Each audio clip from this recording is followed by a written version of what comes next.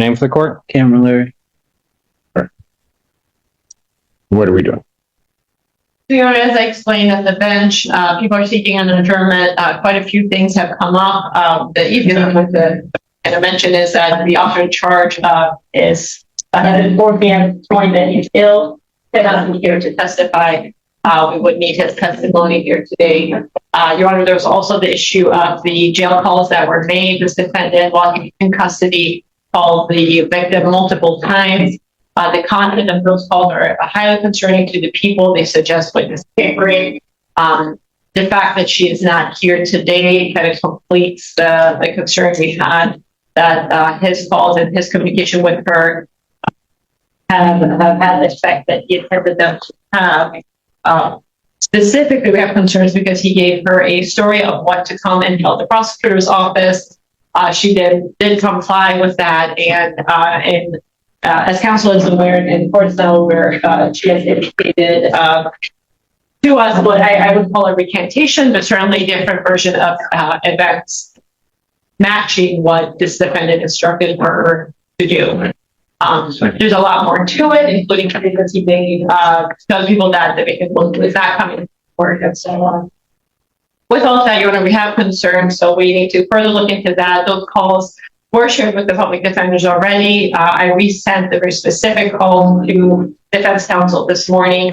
I'm going to be listening to those a little more closely. I'm considering witness tampering charges moving forward. And we do have concerns about this defendant being out of custody and the behavior he might have engaged in and may continue to engage in, and making sure the victim does not appear to testify against. Extraordinary. With respect to the people's adjournment request, at this time, we have no objection to that. Okay. And I had an opportunity to speak with my client, Mr. Larry, and Mr. Larry Sr., who is present in court today. Miss Larry was here earlier, and both of his parents really have been calling off work, making every effort to be at all of their sons' court dates. I recall that the last time he was here, they were here. I recall that. Okay. And in addition to that, I know back on April 27th, Miss Larry wrote a character letter to the court, which I know the court can't consider at this juncture. However, that was sent to counsel, and I reviewed that, and Miss Larry speaks highly of her son. And I think, you know, insofar as Mr. Larry's at a fork in the road, they are committed to make sure he takes the right path and comes out of this continuing the positive work he was doing before arrest in this case. And I would note that this is Mr. Larry's first interaction with the criminal justice system as far as I can see on his criminal history. When he was released from custody after spending about 30 days in jail, he was placed on home confinement and lives at home with both of his parents. During the time he was in custody, you know, he had to deal with the consequences of being in custody, which included losing his job. His parents want him to get a new job, and I talked to Mr. Larry about essentially scheduling an interview, talking to his tether agent, and seeing if there can be an accommodation made for him to go and do an interview, which I know, you know, if that needs to be done by stipulation or order, I know it's something that has been accommodated in the past. Mr. Larry's enrolling in school. He's Washtenaw County Community College for either a CDL or HVAC licensure, but he's trying to get higher education. And I think since he's been out on home confinement, he's certainly not been violating the court's orders. Well, but the problem is, I don't know that. That's my great difficulty. When I talked to Mr. Larry's parents, I was very specific about what the court's orders are, including no contact and what no contact means. They assured me that they're not going to let it happen under their roof. And as far as he's on home confinement, I mean, what they relayed to me is essentially the court's home confinement tether at this point is he'd be on home confinement anyway. They're making sure that he's staying on the right path. They don't want him to end up in jail or, at the end of this case, to be worse off than he was coming into it. So I'm going to ask the court respectfully to consider continuing his bond at this time. Come back on the next date. I've already talked to Ms. Tana about resolving this case. I'm going to talk to my client at length about resolving this case, which, what we pondered does entail further court supervision. But as far as abiding by the court's orders, Mr. Larry and his parents are going to make sure that continues. My difficulty is that I believe that his parents have all the best intentions of the world and are probably the most disappointed by all of this. But I myself am very disappointed when I find as I told you, counsel at the bench, I gave him a huge break the last time in letting him out, knowing that there were phone calls. That's come back in certain respects to bite me, because I now know that these weren't just, not to minimize them necessarily, but not just context to the alleged victim saying whatever. He was to manipulate the system. I don't even know what's going through his head. Scared. Well, he should be, because he's got me right now. He should be scared, because the grand reality of it is that I can't trust you to be out. I don't know what you're doing. Understand what I have here. I let you out. I gave you the opportunity. You create some story that the no.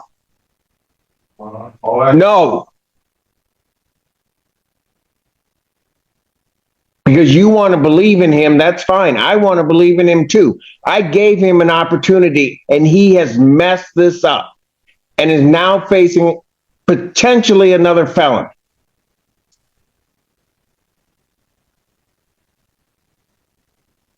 And I don't know that you even understand that, young man. No, you don't. Why would you put yourself in a position to pick up another felon? You weren't even supposed to be communicating with this person at all. But then you communicate and you go even further to concoct some story. And now and here's what you have to understand from that. From that, you concoct that story, and then I have no victim here today. She not only takes the story that you give her, communicates it to authorities, then doesn't show. Your Honor. Go ahead if you think it's advisable to say something to me, because I am livid right now. Takes me on the phone with them. What she agreed, tell me what. Your Honor, I would ask the court to consider the fact, since Mr. Larry's been released on home confinement, I think almost right away, he got into some level of domestic violence programming. I spoke with Ms. Tana. There's a program that we are both familiar with that I want to refer him to immediately. And into addressing, the underlying allegations here. It addresses those of issues in terms of, it was a bond violation trying to impact the outcome of proceedings, those kinds of things. And I want to make sure that, Mr. Larry's getting to the resources he needs. I think if he's at home on home confinement with his parents, I think he's in a better. How do I know he's not contacting the victim? Well, when I spoke to his parents, Your Honor, they advised. I don't doubt that they're going to do the best they can. I trust them. I don't trust him. Mr. Warren Green, what kind of choices is available in jail if he wants to start that? Might be advised. Your Honor, my client would just assure the court he's not going to violate any court orders, including the no contact He order. assured the magistrate of that after his arraignment. Understood. I was nervous and she was pregnant, so this is my first time, Your Honor. What? Your Honor, I think my client's expressing that it is his first interaction with the justice system. He was nervous about the ultimate outcome of this case. It's a big, What confusion do you have of do not contact this person? I don't think it's confusion, Your Honor. He admits to violating the court's orders with respect to the no contact order. I think it's naivety, and I think it's him trying to change the outcome of this case. I understand that as far as it's a bond violation. I'm not sure if it rises to a matter where we're dealing with forfeiture by wrongdoing at this point. So I don't want to go too far down that road in terms of what I address, but you know, he knows that's a possibility at this point. And at this point, we're kind of shifting gears and talking to the people about a resolution that involves significant domestic violence programming. And Your Honor, for the record, if I may, at least 38 calls were made to the victim using other inmates' pens. So being naive, that to me doesn't indicate a naive person. That is deliberately working to kind of fight the system, trying to get out of it. And I agree, trying to affect the outcome of this case. And that's exactly what we're trying to prevent.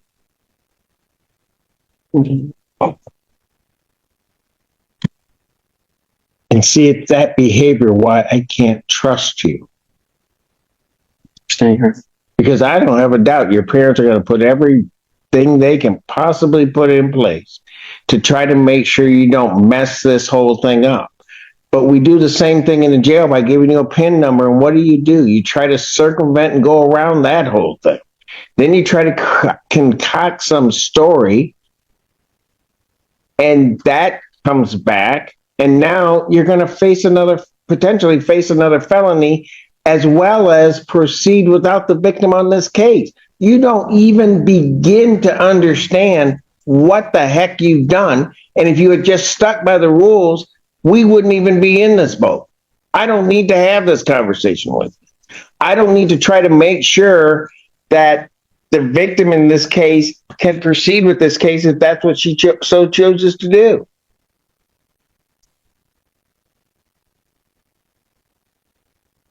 Okay. 30 days. Mistakes were already made. I was 30 days. Your Honor, I'd ask the court to consider that the time Mr. Larry spent in custody did have an impact on him. And moving forward, if the court is gracious enough to consider continuing his bond at this point, if he's going to comply with any of the court's orders, but that's going to be a constant reminder as to what happens when he does not. And, I referenced naivety earlier. He didn't think he was going to get caught, and he did. And I think he knows at this point, and his parents well know at this point, if he's caught in violation of his bond conditions whatsoever, he's on thin ice, and it's going to land him back in jail. If it does, I don't know if he cares, Mr. Warren. I really don't know if he cares. Because if he had cared, he would not have done what he did.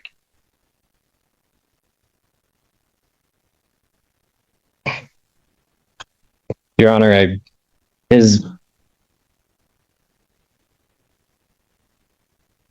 been working on himself a lot. This arrest, hopefully, in the long run, going to be the biggest turning point in his life. And that's his sentiment he's expressed to me this whole time. He's got two people that really care about him, that are really going to make sure that he stays on the right track if the court's gracious enough to continue his bond at this point.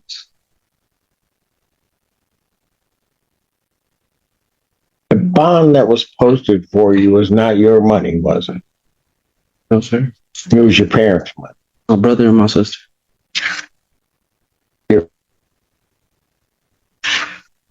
Then you got your family here. Everybody's trying to do everything for you except you.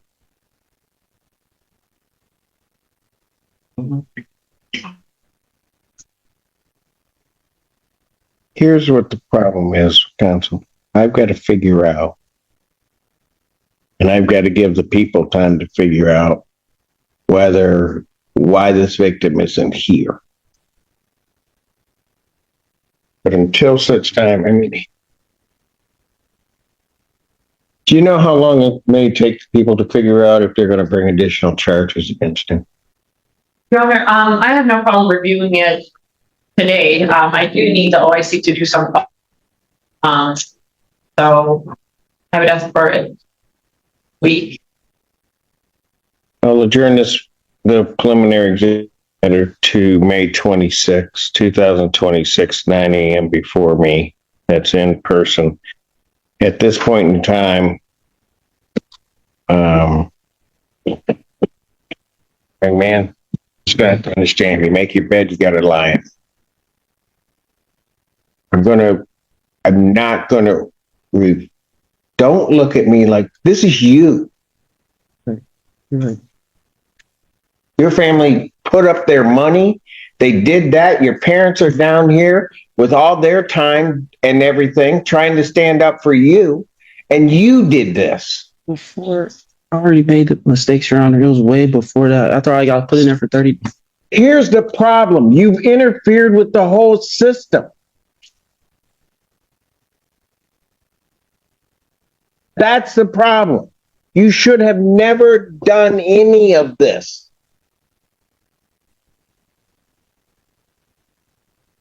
Ever.